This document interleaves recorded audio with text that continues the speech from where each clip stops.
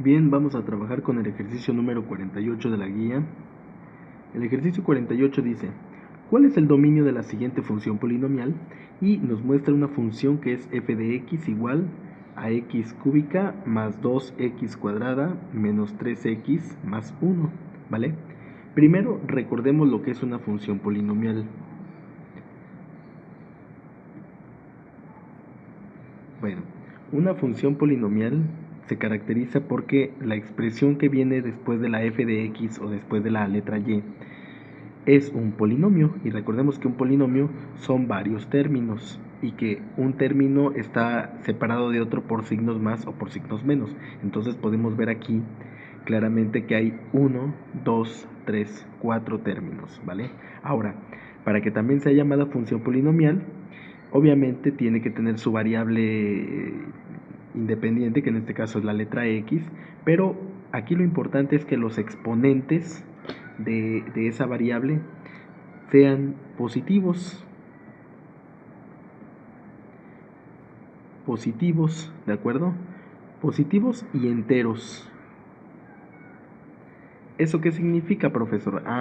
Que si yo tuviera una expresión que fuera un polinomio, pero que los exponentes de la letra x o de la variable independiente fueran exponentes negativos o fraccionarios, es decir, que el exponente fuera una fracción, entonces no podríamos llamarla una función polinomial. Por ejemplo, si tuviéramos f de x igual a x a la menos 8 más 3x cuadrada menos 5x más 12, por el simple hecho de que aquí ya me aparece un exponente negativo, entonces esta no es una función polinomial, ¿de acuerdo?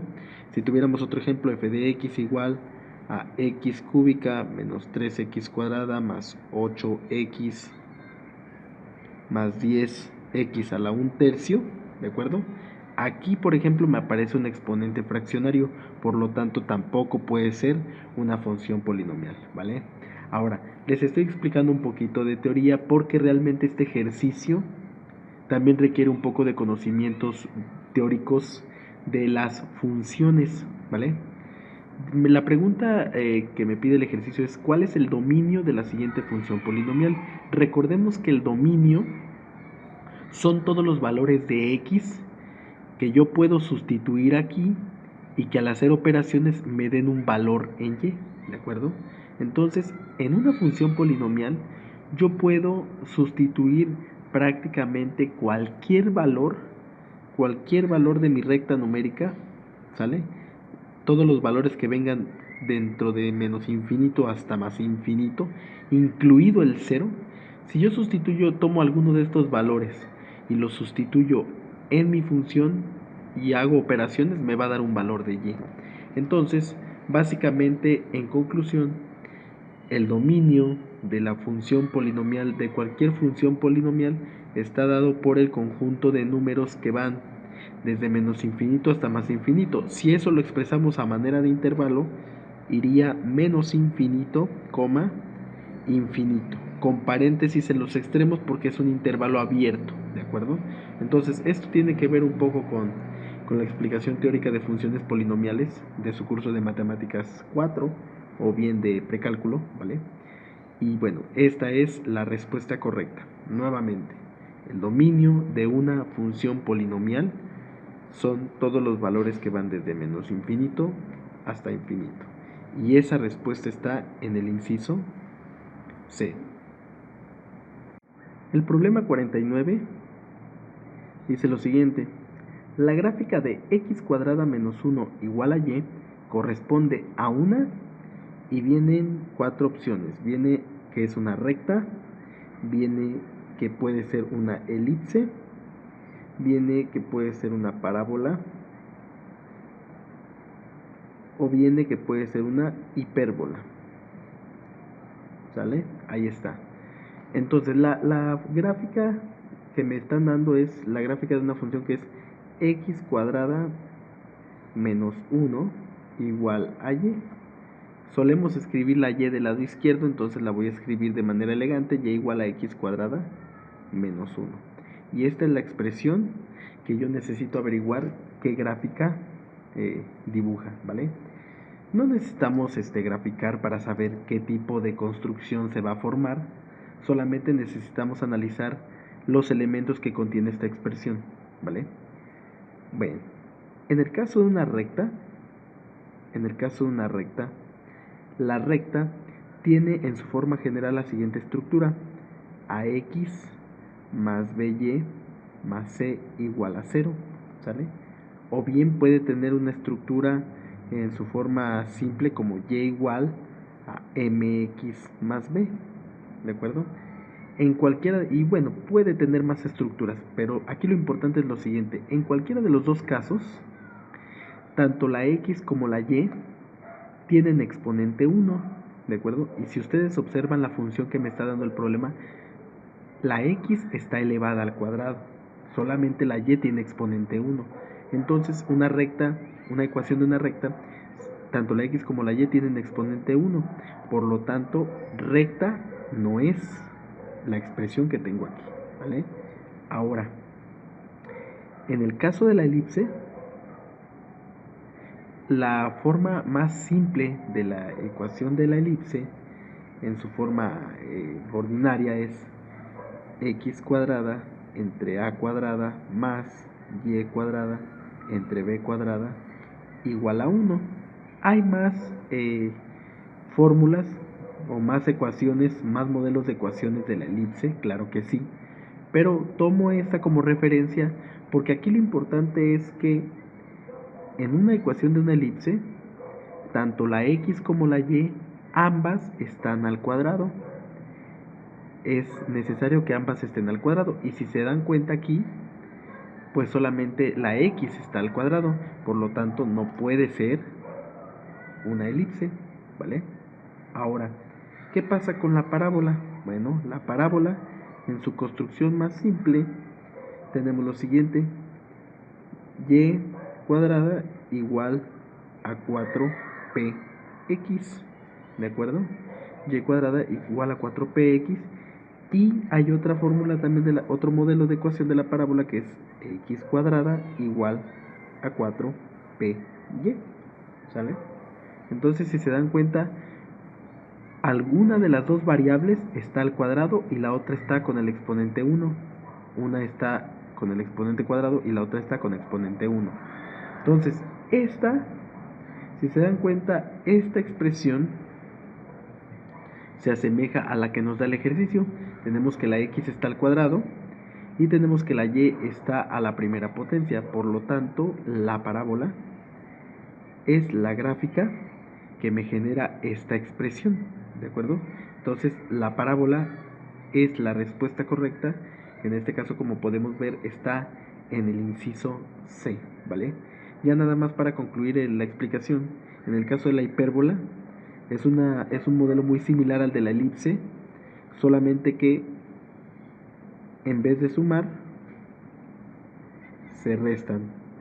Pero para lo que estamos explicando, tanto x como y están elevados al cuadrado y por lo tanto no podría ser la respuesta correcta, ¿vale? Entonces la respuesta correcta es parábola, inciso C.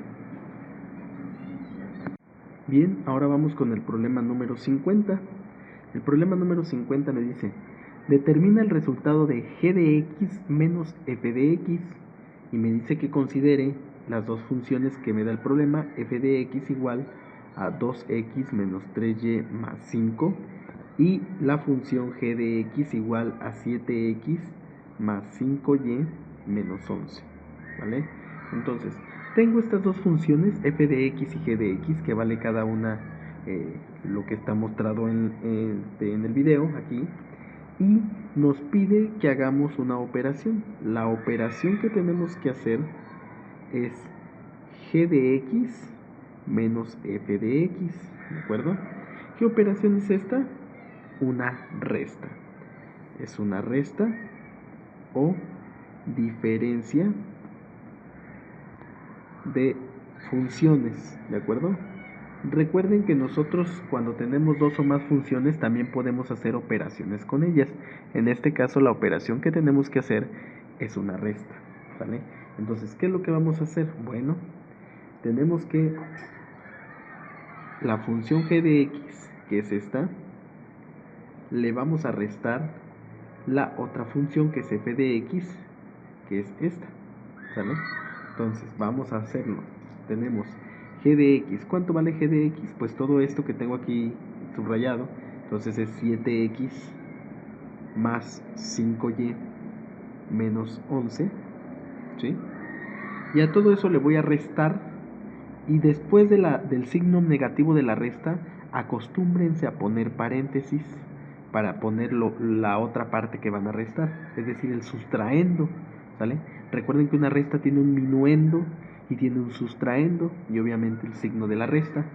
Entonces, cuando vayan a poner el sustraendo, es decir, la segunda cantidad, la que le van a quitar, hay que ponerla dentro de paréntesis, y es un error muy común que no lo pongan dentro de paréntesis, y eso les va a generar un problema porque los signos van a estar mal y por lo tanto el resultado también, ¿sale? Entonces tienen 7x más 5y menos 11 menos, abren paréntesis, y ahora van a poner lo que vale f de x, que es lo que está en la parte de arriba, que es 2x menos 3y más 5, ¿vale? Ahora, ¿cómo se quitan estos paréntesis? Aplicando leyes de los signos, utilizando este negativo y los signos que se encuentran en la parte de adentro, ¿sale? Todo lo que está atrás del signo negativo queda igual, queda 7x, queda más 5y, queda menos 11.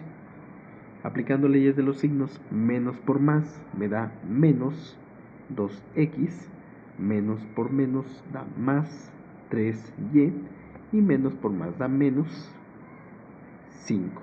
Y en ese momento quito los paréntesis, ¿vale?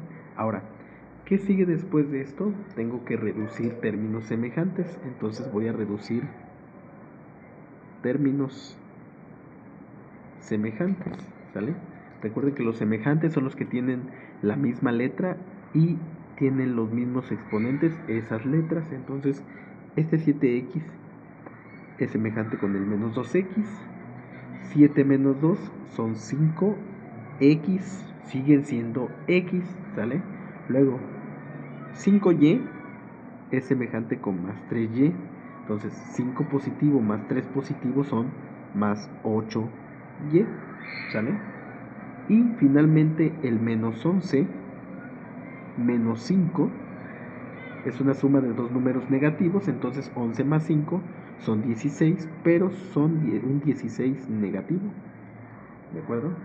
Entonces ya tengo reducida mi expresión 5x más 8y menos 16, y ese es el resultado de la resta de g de x menos f de x. Por lo tanto, esta es la respuesta correcta del ejercicio número 50, que en su guía está marcada con el inciso B.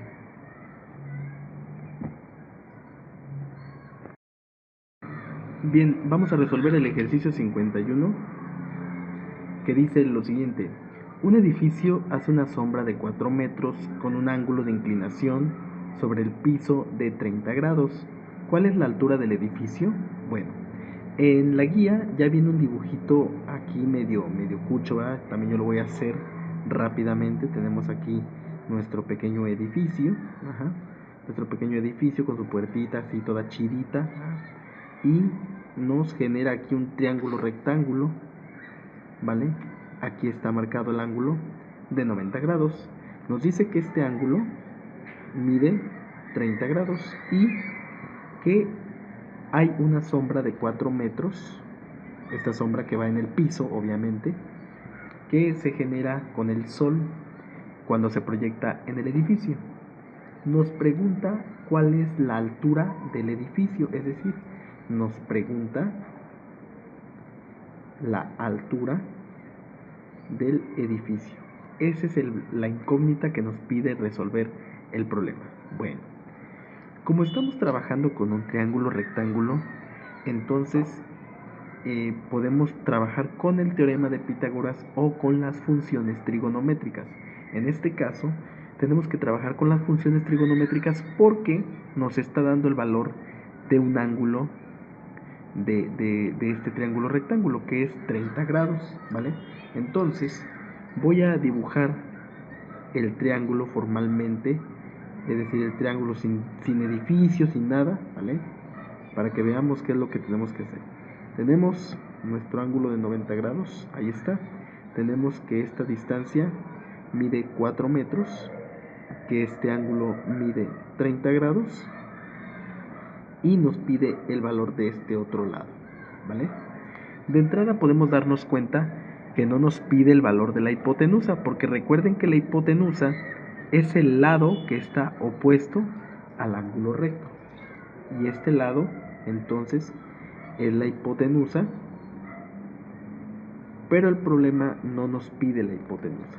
Entonces, nos pide seguramente alguno de los dos catetos. Ahora, recuerden que cuando usamos funciones trigonométricas, debemos recordar que hay cateto opuesto y cateto adyacente.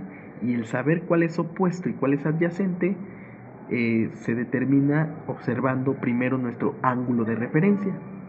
Este es el ángulo de referencia. Y en este ángulo de referencia nos vamos a basar, ¿sale? Si este es mi ángulo de referencia, el cateto que está enfrente es el cateto opuesto. En este caso, el cateto opuesto no sabemos cuál es su valor, por lo tanto le ponemos una incógnita que es la letra X. Del que sí sabemos su valor es del cateto adyacente. Recuerden que el cateto adyacente es el cateto que está junto a el ángulo de referencia, ¿sale? ¿Y por qué uso este ángulo como referencia? Porque sé cuánto vale, vale 30 grados, ¿de acuerdo? Podría saber cuánto vale el otro ángulo si hago una resta, ¿verdad? Por la propiedad de que la suma de los tres ángulos tiene que dar 180 grados, pero pues ya me da este ángulo, para que saco el otro, no tiene ningún sentido. Recuerden que tenemos que optimizar el tiempo. Entonces, nuevamente, el lado que está enfrente de mi ángulo que uso como referencia es el cateto opuesto. Por lo tanto, este es el cateto opuesto. Y por descarte, este es el cateto adyacente.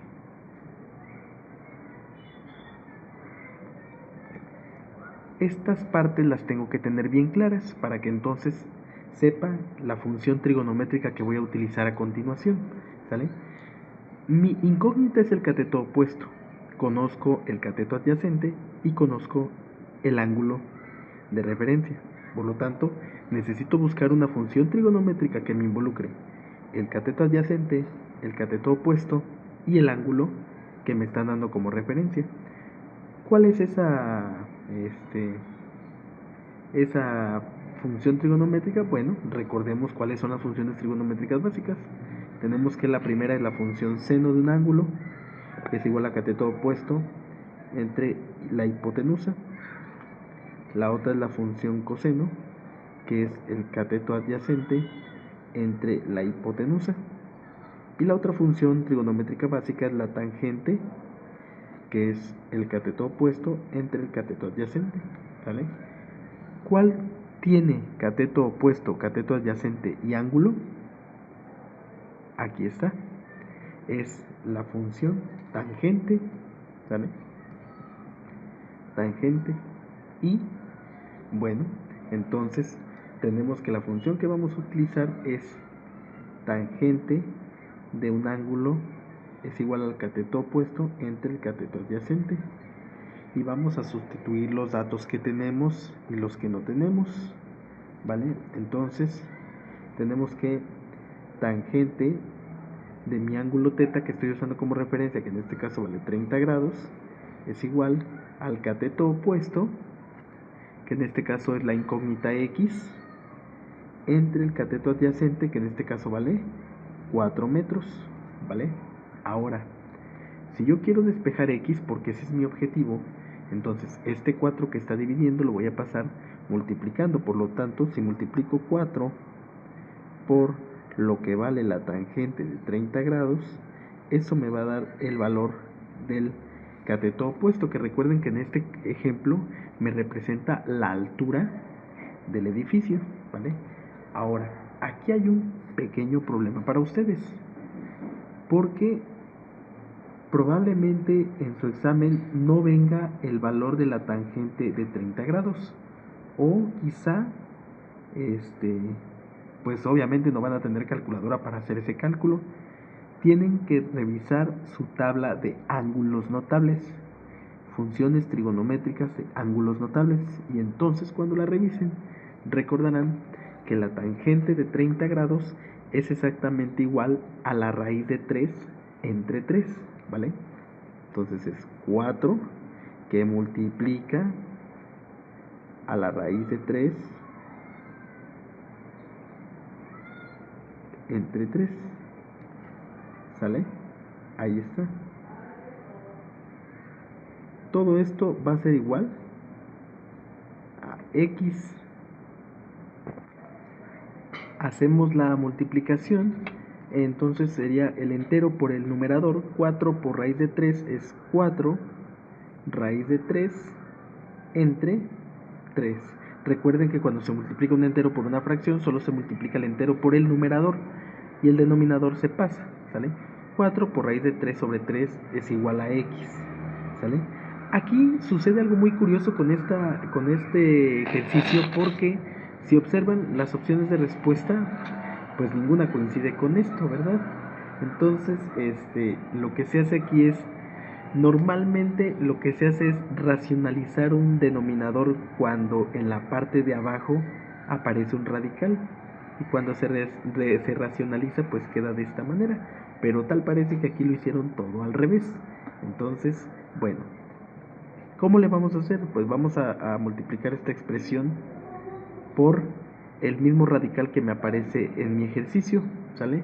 Entonces aquí, por ejemplo, tengo raíz cuadrada de 3, entonces todo esto lo voy a multiplicar por la raíz cuadrada de 3 en la parte de arriba, pero también por la raíz cuadrada de 3 en la parte de abajo. ¿Por qué por el mismo? Porque recuerden que una cantidad dividida entre otra es igual a 1, y 1 por todo esto es esto mismo. Lo que se busca es reescribir esta expresión, pero no alterar el resultado, porque el resultado tiene que seguir siendo el mismo. Entonces, ¿qué es lo que pasa? Cuando hago esta multiplicación,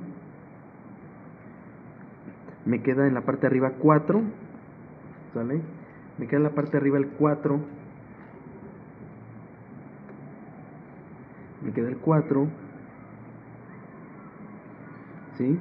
Y al multiplicar las raíces, raíz por raíz, como es la misma raíz, las raíces se eliminan, ¿sale? La raíz cuadrada se elimina, entonces me queda el 3. Recuerden que raíz cuadrada de 3 por raíz de 3 es lo mismo que si yo elevara la raíz de 3 al cuadrado, ¿sí? Y por propiedades de exponentes y radicales se elimina la raíz y el cuadrado y solamente me queda el 3. Esto es lo que sucede al multiplicar esta raíz de 3 por esta raíz de 3. Me queda un 3, entonces ese 4 que ya tenía se multiplica por 3, ¿verdad? Y en la parte de abajo me queda un 3 por raíz de 3. Primero se escribe el número y luego se escribe el radical. Ahí está, ¿sale? Ahí está. Ahora, ¿qué pasa? Este factor 3 con este factor 3, como es el mismo arriba y abajo, los puedo eliminar, ¿sale? Y entonces, ¿qué me queda finalmente? La respuesta correcta, que es 4 entre la raíz cuadrada de 3. Y si ustedes observan sus opciones de respuesta, se encuentra, ¿verdad?, en el inciso A. ¿Vale? Ahí está. Esa es la respuesta correcta de este ejercicio número 51. Ahora, yo les comenté que la tangente de 30 grados es igual a la raíz de 3 entre 3. También en algunos libros dicen que la tangente de 30 grados es igual a 1 entre raíz de 3. Si se acuerdan de alguna o de otra, sobre todo de la segunda, quizá esta parte se la podrían ahorrar, pero lo importante es que utilicen las técnicas de matemáticas para poder encontrar los resultados concretos. Entonces, aquí hay dos cosas que hay que estudiar: funciones trigonométricas, saber perfectamente cuáles son los catetos opuestos y adyacentes de un triángulo rectángulo, y el valor de las funciones trigonométricas de los ángulos notables, ¿vale? Continuamos. El ejercicio número 52 dice lo siguiente: Un poste proyecta una sombra de 1.5 metros de longitud en el momento en el que el ángulo de elevación del Sol es de 60 grados. ¿Cuál es la altura del poste? Bien, vamos a dibujar aquí la escena porque no nos las da el problema. Nos dice que tenemos un poste, entonces yo dibujo rápidamente lo que podría ser un poste, ¿vale? Dice que proyecta una sombra de 1.5 metros de longitud. Entonces está el Sol, ¿verdad? El Sol haciendo su proyección y proyecta una sombra en el piso. Recuerden que las sombras van en el piso de, dice el problema, 1.5 metros de longitud. Y el ángulo de elevación del Sol, ¿verdad?, es de 60 grados. El ángulo de elevación del Sol es de 60 grados, ¿sale? Entonces el ángulo de elevación normalmente va en la parte de abajo, ¿sale? Ahí está, 60 grados. Ahí está, el ángulo de elevación, 60 grados. Y dice que cuál es la altura del poste, es decir, me pide este valor que yo lo desconozco y por lo tanto le pongo una incógnita X. Aquí la guía me pone algunos datos que puedo yo utilizar. Me dice que el seno de 60 grados es igual a la raíz de 3 entre 2, que el coseno de 60 grados es igual a 1/2 y que la tangente de 60 grados es igual a la raíz de 3, ¿vale? En el ejercicio anterior no venían los valores de las funciones trigonométricas, pero en este sí vienen. Pero ustedes tienen que aprendérselas porque obviamente es más probable que no vengan a que sí vengan, ¿sale? Bien. Me pide esta altura, me da como datos esta distancia que es 1.5 metros y me da el ángulo de inclinación del Sol que es de 60 grados, también llamado mi ángulo de referencia, ¿sale? Si yo analizo, aquí está el ángulo recto y por lo tanto esta es la hipotenusa. No es un dato que tenga, ni tampoco es un dato que me pidan. Si este es mi ángulo de referencia, este de enfrente es el cateto opuesto, ¿sale? Como lo vimos en el ejercicio anterior, cateto opuesto, y por lo tanto este es mi cateto adyacente. Tengo el ángulo, mi cateto adyacente y me piden el cateto opuesto. ¿Cuál es la función trigonométrica que me involucra a esos lados y a ese ángulo? La función tangente. Recuerden que tangente de un ángulo es igual a cateto opuesto entre cateto adyacente.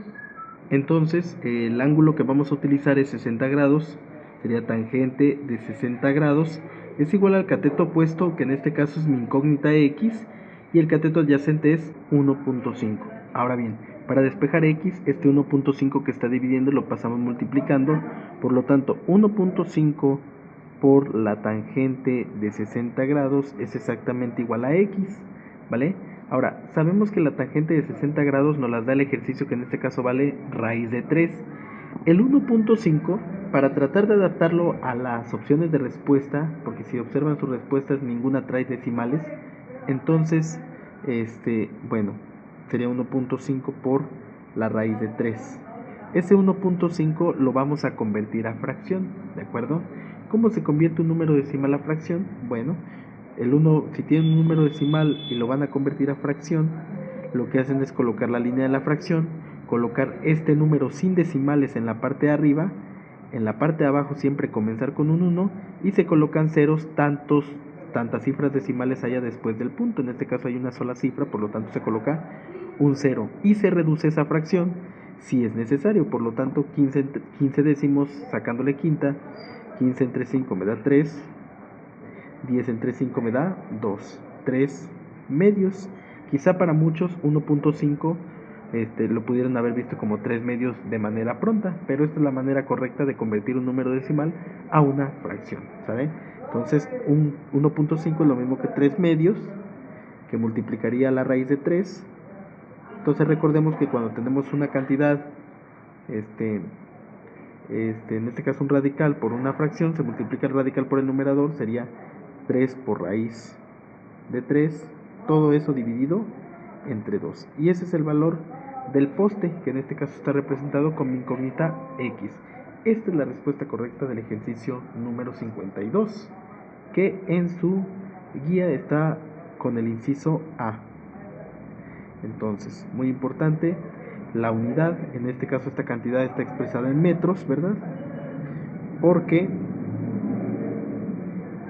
el ejercicio inicialmente nos lo dan en metros. Ahí está. El ejercicio 53 nos dice lo siguiente: determina el dominio de la siguiente función. Y viene una función que es f de x igual al logaritmo de x, ¿vale? Cuando trabajamos con logaritmos, que esos logaritmos normalmente se ven o en matemáticas 1, en la parte de álgebra, o bien se pueden llegar a ver en matemáticas 4 cuando se empiezan a ver funciones logarítmicas.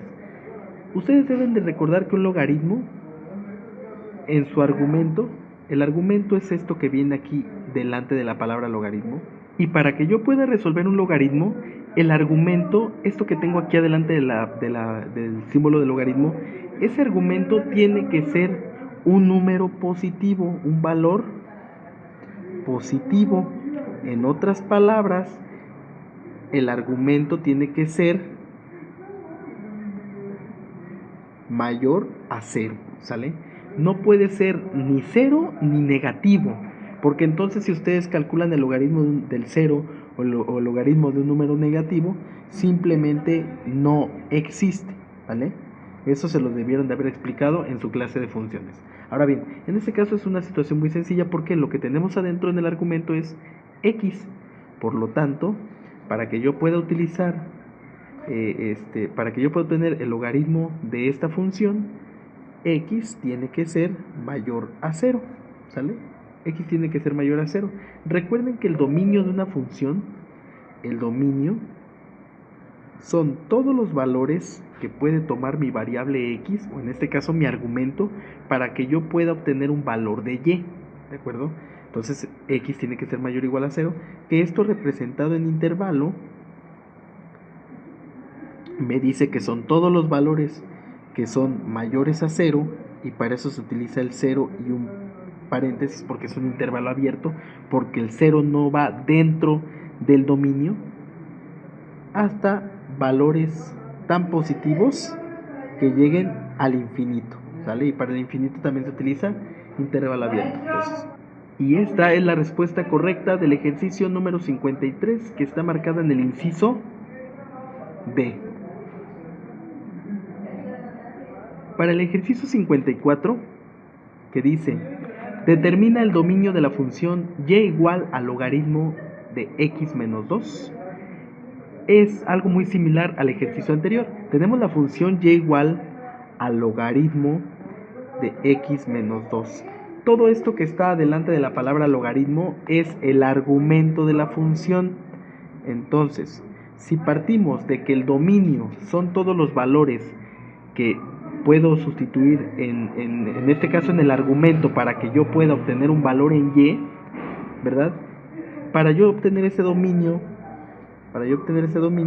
tengo que establecer que todo lo que está en el argumento sea mayor a 0, porque recordemos que no podemos obtener el logaritmo del 0 y mucho menos el logaritmo de un número negativo.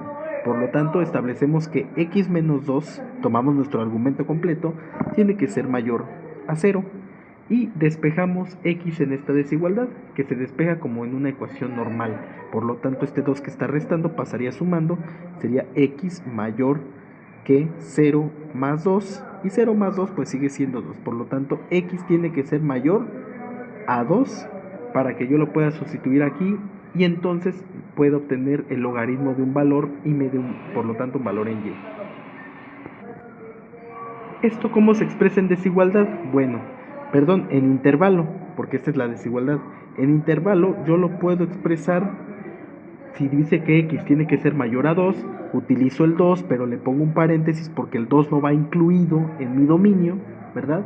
Tienen que ser valores mayor a 2, y tan positivos que llegue hasta el infinito. Y recuerden que cuando hablamos de infinitos, sea infinito positivo o infinito negativo, se utilizan también paréntesis, ¿vale? Es un intervalo abierto. Y esa es la respuesta correcta del ejercicio 54, que está en el inciso A en su guía, esta respuesta que es correcta, ¿vale? Entonces revisen las propiedades de logaritmos y recuerden, no hay logaritmos de un número negativo, no hay logaritmos de cero, ¿vale? Para que lo tengan en mente. Esta es la parte 2 de la guía, vamos a continuar con la parte 3 en el próximo video.